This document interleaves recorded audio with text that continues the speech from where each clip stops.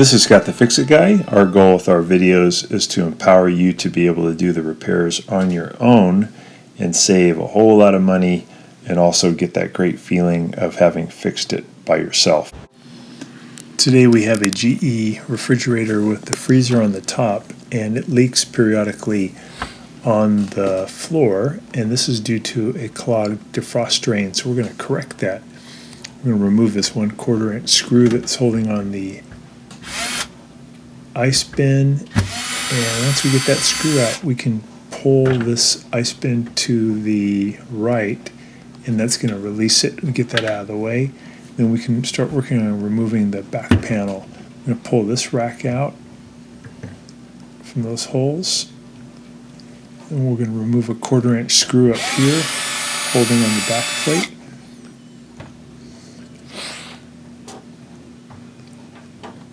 And we're going to pull this cover back.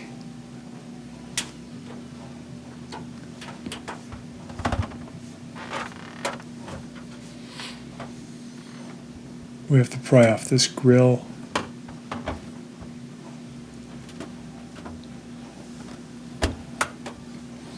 Want to make sure you have it unplugged before you do all this stuff. So we get that grill off. Can now pull the panel toward us, and then there is one modular connector here that we have to get off. We push in on this tab, and we're going to turn this thing to the right by just a few degrees, and then it'll release. And then you can remove the whole panel. There's this one green ground clip. You want to pull that off. So now you have access to the evaporator, and this thing here is the heater rod. So we have a bracket holding on the heater rod. We want to pull that out, and the heater rod, so we have good access to the defrost drain trough. And there's a hole right in the middle that we have to get some ice out of. So this is the heater rod, and then you got this bracket you got to pull out also just to give you more room to work.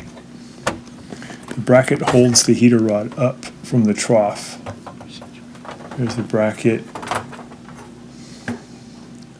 This hole we see here in the picture in the middle, that's where the ice is. So we're going to use a turkey baster in boiling water, and we're going to pump the water in there and use the turkey baster to kind of push it around inside that hole until the boiling water will melt the ice plug that's preventing water from draining out. So you may have to do this numerous times until the water can just easily drain through. You'll notice at first that it pools up, and you can take your turkey baster and just kind of suction back and forth to move that water around and create some downward pressure too. And then you want to take the turkey baster and pull out all the lukewarm water. I'm also using the turkey baster to put the boiling water onto the evaporator ice that's built up. We want that to be as clear as possible.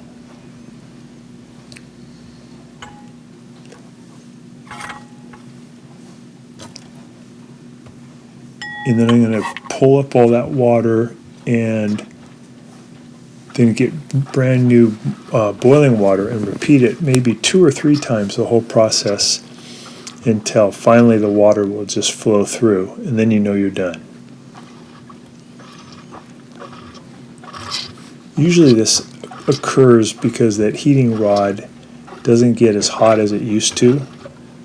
All these heating type apparatus get weaker over time, but there's a trick you can do that you can either replace the heating rod or you can bolster its performance by using a copper wire to guide some of the heat from the rod down into that hole. It's really easy to do.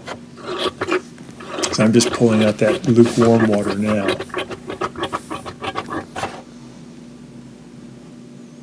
And here I am bending the wire. This is really thick copper wire. Any copper wire could work, but the thicker the better. I think I got it at the hardware store. So I'm putting in brand new boiling water in there. And then I'm going to do the same procedure. I'm going to slosh it around, and then once it starts to drain, I'll go ahead and use the turkey baster to pull it out.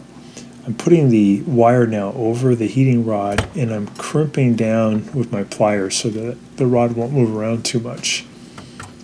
So I finally got the water to flow through, so now I can put it back together. So I'm putting the heating rod down into that hole, and then I'm putting the bracket in there to hold the heating rod in place. I'm using a screwdriver to make sure that rod is down inside that hole.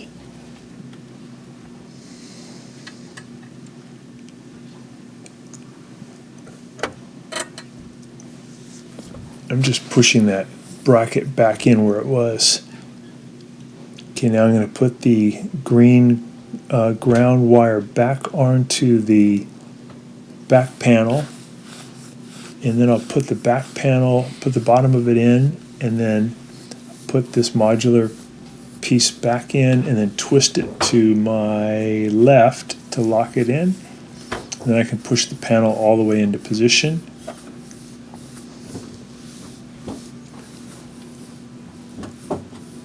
There we go. I'm going to put that grill back on and push in hard till it snaps into position. And I'll put the cover back on that. I'll put in that 1/4 inch screw back in.